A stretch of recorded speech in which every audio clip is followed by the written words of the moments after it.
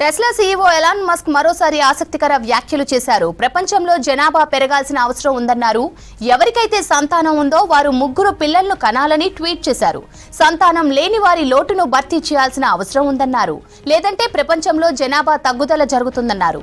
ప్రపంచం ముందుకు వెళ్లాలంటే ప్రతి ఒక్క స్త్రీ ఫెర్టిలిటీ రేటు 2.7 ఉండాలని మారియా నౌ ఫాలో చేసిన ట్వీట్ ను రీట్వీట్ చేశారు మస్క్. కానీ అమెరికాలో 1.6, జపాన్లో 1.3 మాత్రమే ఫెర్టిలిటీ రేటు ఉందన్నారు.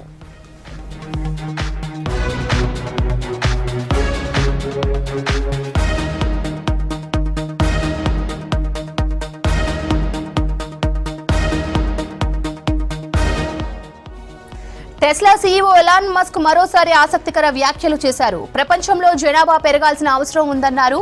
ఎవరికైతే సంతానం ఉందో వారు 3 పిల్లలను కనాలని ట్వీట్ చేశారు. సంతానం లేని వారి లోటును భర్తీ చేయాల్సిన అవసరం ఉందన్నారు. లేదంటే ప్రపంచంలో జనాభా తగ్గుదల జరుగుతుందన్నారు. ప్రపంచం ముందుకు వెళ్లాలంటే ప్రతి ఒక్క స్త్రీ ఫెర్టిలిటీ రేటు 2.7 ఉండాలని మారియా నౌ ఫాలో చేసిన ట్వీట్ ను రీట్వీట్ చేశారు మస్క్. కానీ అమెరికాలో 1.6, జపాన్లో 1.3 మాత్రమే ఫెర్టిలిటీ రేటు ఉందన్నారు.